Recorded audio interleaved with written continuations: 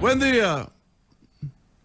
Osama Bin Laden, por si ustedes no lo sabían, detalles que por lo regular no trascienden, pero ahora se van a enterar a través del gobierno de la mañana, a través de la Z. Bien, pertenecía a una familia millonaria de Arabia Saudita. No es extraño que allí haya familias millonarias, porque el petróleo es el principal productor de petróleo del mundo. El petróleo no pertenece al Estado, porque allí no hay Estado. Pertenece a una familia que los reparte a su antojo, ¿verdad? Esa familia es la que tiene la herencia del poder en Arabia Saudita, pero no para el bienestar de su gente, o sea, de la mayoría, sino de ese grupo oligárquico, de ese grupo capitalizador y capitalizador, ¿verdad?, que se reparte los gigantescos beneficios del poder a través del petróleo. Ahora, el pueblo llano, llamémosle así, la inmensa mayoría vive en la miseria, y la mujer es relegada a una quinta categoría. Es maltratada, golpeada, pateada, no se le reconocen derechos, lo cual no es extraño en los países árabes, salvo honrosas excepciones donde hay cierta flexibilidad. Pero en Arabia Saudita la mujer es un ser de quinta categoría. Es más, la mujer no tiene derechos. La mujer es una servidora del Estado a través de su hombre. Entonces, volviendo al tema, o dentro del tema, Osama Bin Laden pertenecía a una de esas familias millonarias, incluso con inversiones en Estados Unidos y en Inglaterra. Es más, todavía en Estados Unidos hay un hermano de Osama Bin Laden con esposa e hijos grandes que preside una empresa de grandes proporciones. Naturalmente, es un individuo que ha vivido toda su vida en Estados Unidos, que está identificado con el sistema, que no se radicalizó como su hermano Osama Bin Laden. ¿Cómo le llega a Osama Bin Laden? Y estoy hablando porque mañana se cumplen 20 años del monstruoso, sangriento, vampiresco, diabólico atentado contra las Torres Gemelas, ¿verdad? Pero como mañana no hay programa, o sea, en este estilo, en esta línea, no sé si habrá otro tipo de programa, ¿verdad? No estoy enterado ni hay que enterarme de eso. Yo en esta emisora lo que soy es un empleado del gobierno de la mañana, un empleado de lunes a viernes. Pero bueno, a ustedes no les interesa eso. Lo que les interesa es que yo siga dando algunos detalles con motivo de este, repito, 20 aniversario del atentado contra las Torres Gemelas. Las Torres Gemelas ubicadas en Manhattan, de 11 pisos cada una al lado de la otra. Por eso ellos le llamaban las Twin Towers, o sea, las Torres Gemelas, ¿verdad? Ese aspecto. Ahora, hablaba yo de la radicalización de Osama Bin Laden para que ustedes sepan el proceso de este individuo o una parte de él. Bueno, la Unión de Repúblicas Socialistas Soviéticas, 15 repúblicas, ya en la parte final de ese conglomerado marxista, leninista, comunista, lo que ustedes quieran, llegaba así al final, ¿verdad? Y estaba cometiendo graves errores. Uno de ellos fue invadir Afganistán, ocupar militarmente Afganistán, un país que en ese momento, hoy no, bajo la conducción acertada del dictador Vladimir Putin. En esos momentos, repito, tenía una grave situación económica. Y ya ustedes pueden imaginarse lo que es invadir de la extensión, de la complejidad de Afganistán. Eso acabó de destruir la economía soviética. Entonces, se formaron guerrillas, sobre todo una guerrilla que formó Osama Bin Laden, viniendo de los millones de su familia en Arabia Saudita.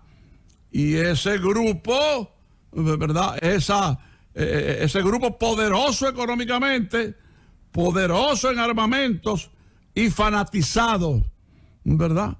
Entonces, combatieron muy duro a los invasores soviéticos.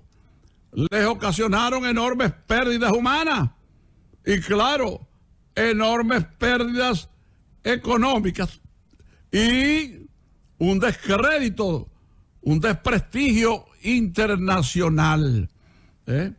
Entonces, finalmente, los soviéticos abandonaron Afganistán, derrotados por las guerrillas encabezadas por la que dirigía Osama Bin Laden, llamada Al-Qaeda. Bueno, entonces Osama Bin Laden se queda ahí y se da cuenta, un hombre muy inteligente, graduado en ingeniería, dominando 4 idiomas, un hombre culto, pero también un hombre poseído de un afán de tener un nombre, de ser una figura de Estado, pero no a través de las cosas normales de un estadista, sino a través del terrorismo, a través de la agresión. En la lucha contra la Unión Soviética, se podría decir que era una lucha patriótica, una lucha contra el invasor. Ahora, él se queda allí porque se da cuenta que Estados Unidos quería hacer doble play. O sea, la derrota de la Unión Soviética, derrota económica, derrota militar, derrota moral, etcétera, pero a la vez dejar el territorio libre para ser ocupado por Estados Unidos. Y Osama Bin Laden se percata de eso y entonces fortalece su guerrilla, fortalece a Al-Qaeda y viene Estados Unidos efectivamente a invadir Afganistán. Entonces, lo que fue la lucha contra la Unión Soviética es ahora la lucha contra Estados Unidos. Un Estados Unidos que le dio gigantescos beneficios a los terroristas afganos para luchar contra la Unión Soviética. Estaban matando 2 pájaros de un tiro. O sea, por ejemplo, esa gente de Al-Qaeda fue entrenada, fue armada, fue fortalecida por Estados Unidos, que en ese momento le convenía esa situación. Bueno, entonces sigue la lucha. Ya sería muy largo hablar en detalle de lo que era eso. Estados Unidos, las fuerzas de Estados Unidos son agredidas, ¿verdad? Alguien diría, bueno, luchando contra otro invasor. Sí, pero en este caso era matando estadounidenses, aunque fueran hombres, mujeres, niños, ancianos, enfermos, todo el mundo. Entró la locura del asesinato, la locura de la sangre derramada. Bueno, y siguió ahí la lucha. Finalmente Estados Unidos decide eliminar a Osama Bin Laden y a los demás jefes de Al Qaeda. Y ahí vienen los bombardeos. Osama Bin Laden se escondió muy bien, conocía el terreno, lo había estudiado, ¿verdad? Y se escondió en las montañas de Afganistán, en zonas que no era posible bombardear y que incluso los grandes aparatos aéreos de Estados Unidos no podían ubicar. Bueno, y sigue ahí la lucha, pero Osama Bin Laden planifica dar un golpe a Estados Unidos dentro de su territorio, dentro del territorio de los 50 estados de la famosa Unión. Y va organizando, preparando, ¿verdad?, el ataque contra las Torres Gemelas, porque consideraba que así golpeaba, porque tenía un objetivo también, golpeaba la economía de Estados Unidos, que representaba en parte las Twin Towers, pero también ahí hubo un atentado contra el Pentágono, que no era ahí una estructura de una gran fuerza militar, sino más bien una pequeña fuerza militar, pero con la estructura, ¿verdad?, constitucional, con la estructura administrativa, con la estructura económica, con la estructura ciudadana, lo que ustedes quieran, de uno de los grandes poderes de Estados Unidos, el Pentágono, que se llama Pentágono porque está hecho como la estructura arquitectónica. O sea, el diseño es un pentágono. Ustedes saben lo que es un pentágono. Entonces, se dedica a preparar esos ataques. También un posible ataque no se ha podido determinar o contra la Casa Blanca o contra el Capitolio. El Capitolio es considerado por muchos el principal monumento de Estados Unidos, por si ustedes no lo saben. Erigido en honor al padre de la patria, general George Washington, ¿verdad? Ese tercer atentado no se llevó a cabo. El avión que se iba a estrellar o contra la Casa Blanca o el Capitolio fue derribado en Pensilvania. Algunos dicen que la gente adentro se amotinó, le marchó a los terroristas, provocó. No. Eso fue la Fuerza Aérea de los Estados Unidos. No estén inventando y creando héroes. Bueno, el caso es que se produce esto, por ejemplo, de las Torres Gemelas. Menciono primero porque más de 3.000 muertos, de gente asesinada, porque esa no era una base militar. Ahí no estaban guardias custodiándola con ametralladoras, con escopetas, con revólveres, con pistolas, con cañones, con bombas, con destacamentos militares especializados. No, era una oficina pública. Busquen una oficina pública grande aquí y es más o menos lo mismo. O sea, quiero decir que no es una base militar. Entonces, planificó de una manera muy inteligente, muy sádica, muy agresiva, de una planificación tremenda, preparar pilotos en Estados Unidos, de un largo proceso, donde había pilotos y copilotos, secuestrar 3 aviones para llevar a cabo esa acción. Eso implicaba un esfuerzo, un trabajo tremendo por parte del inteligente y cruel Osama Bin Laden. Se estrella un día como mañana, 2 aviones contra una torre y después contra la otra. Con la torre que daba hacia el sur y la torre que daba hacia el norte, pero todas las dos pegadas. Por eso Twin Towers. Y eso provoca una masacre. Todavía hoy no se sabe cuántas personas murieron.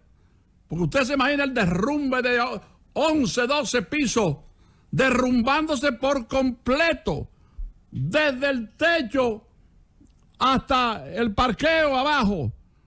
La gente que murió ahí, que desapareció, bueno, se habla de alrededor de 3.200, donde había dominicanos que trabajaban ahí, como el dominicano trabaja en todas partes, en Estados Unidos, esa tremenda colonia dominicana, esos tremendos inmigrantes dominicanos.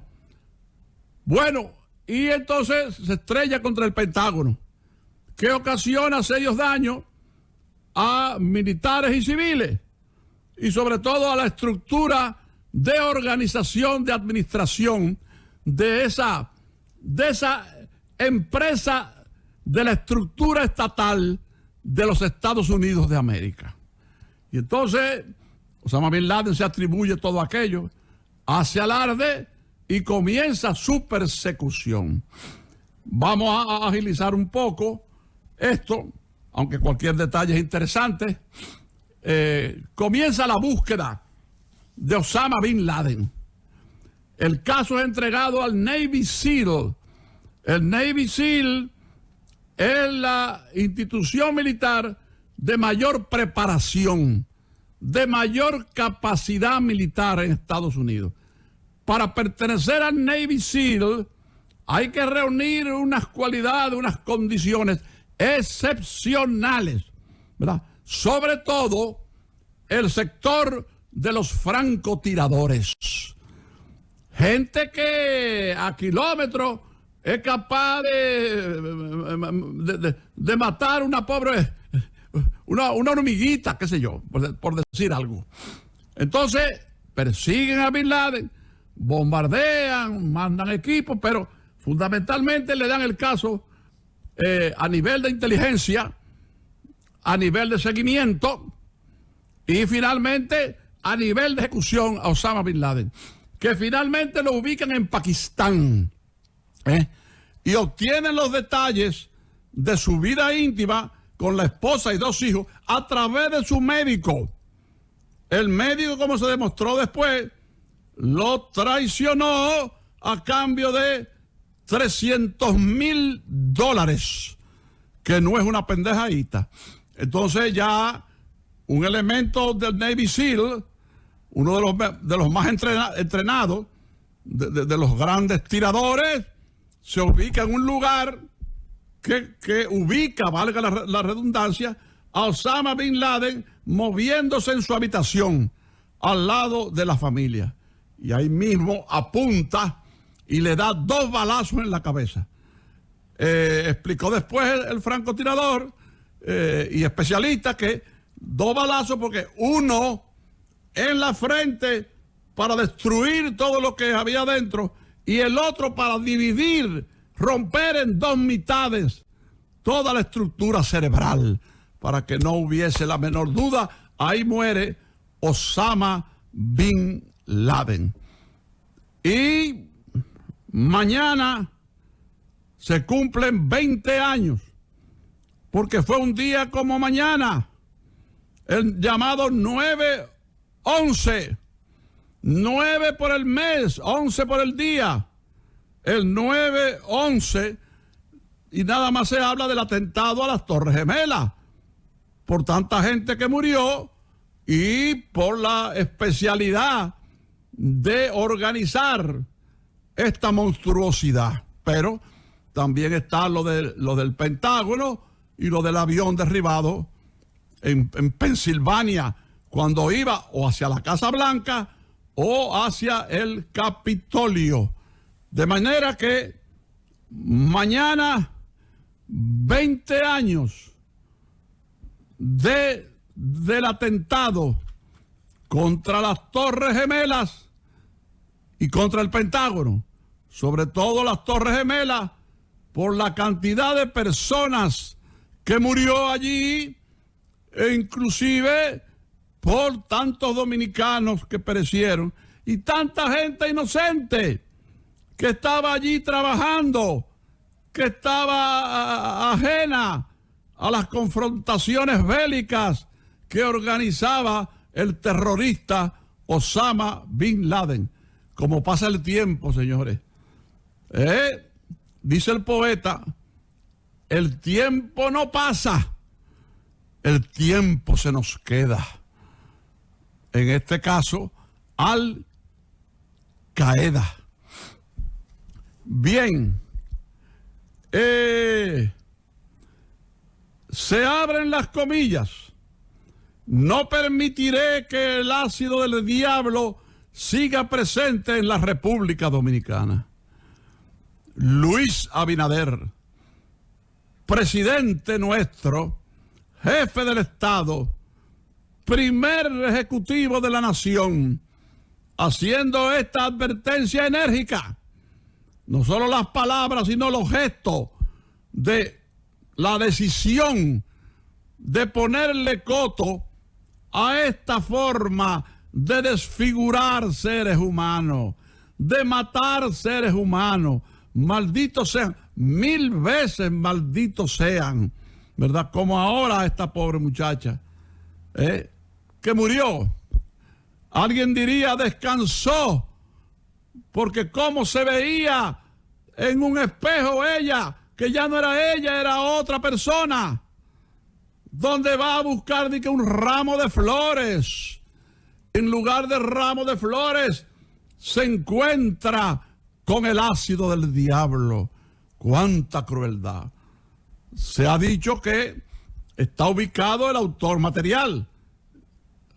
Bueno, pero debe ser arrestado ya y sometido a la acción de la justicia.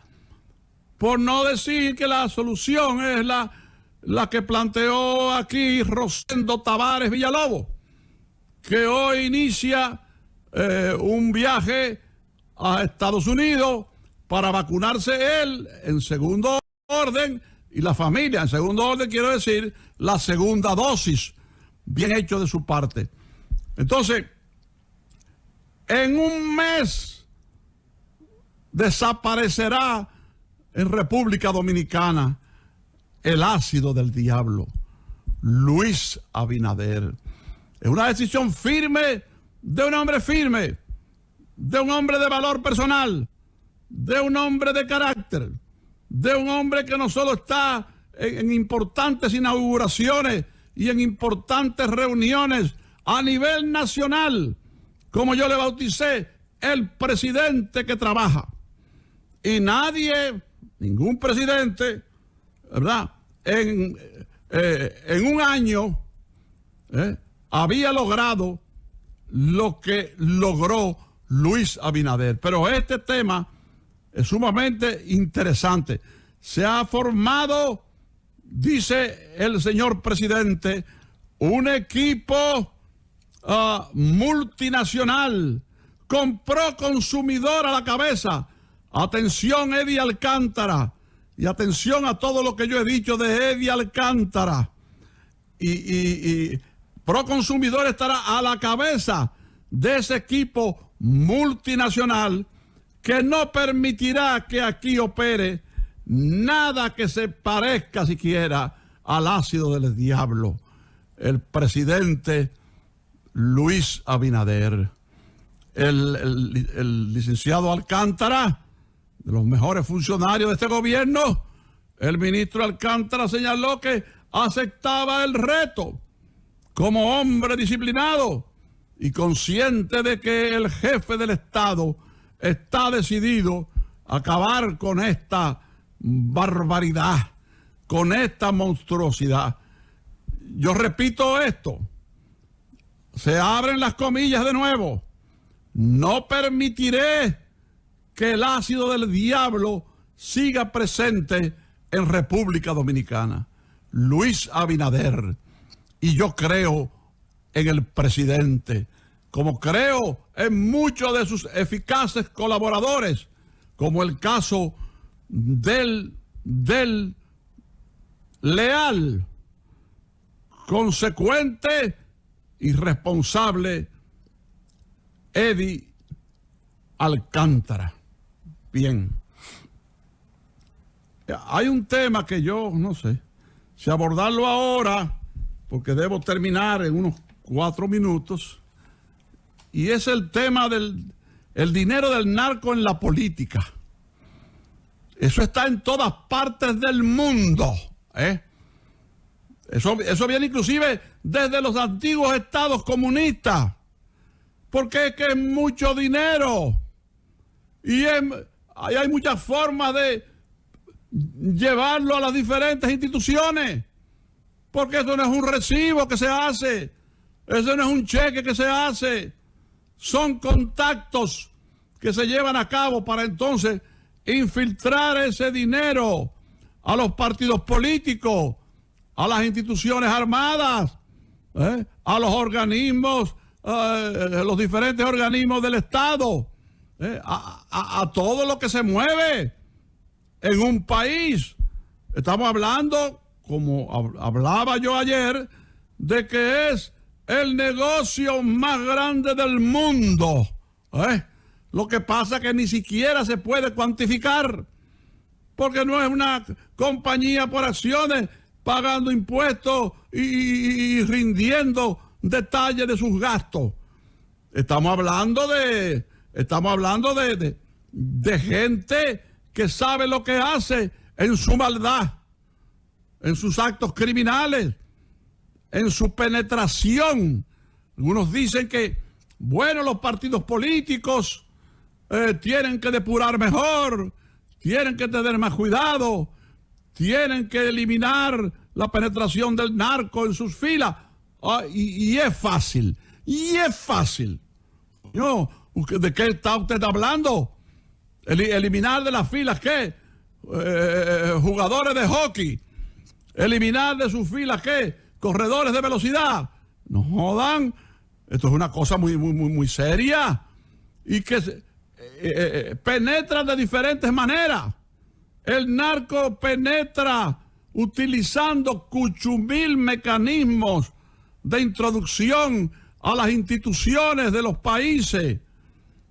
Esto no es fácil. Esto no es condenar a los partidos políticos que dejan que les compren miembros, les patrocinen candidaturas.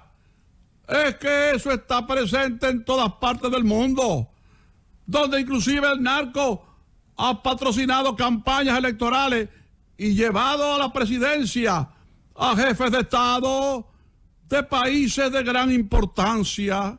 Señores, no es una cosa fácil, es algo muy duro. Ahora estoy diciendo esto para que no se luche contra eso. Sí que se luche y se logre lo que se pueda dentro de las posibilidades. Pero condenar a los partidos políticos y hacerlos pasar como los culpables, los responsables, que no toman medidas. ¿Qué medidas del carajo frente al poderío del narcotráfico y otras cosas más que se puede decir, que se pueden analizar, ¿verdad? Con más tiempo, con más cuidado, porque la verdad es que desgraciadamente, lamentablemente, tristemente, el narco llegó para quedarse.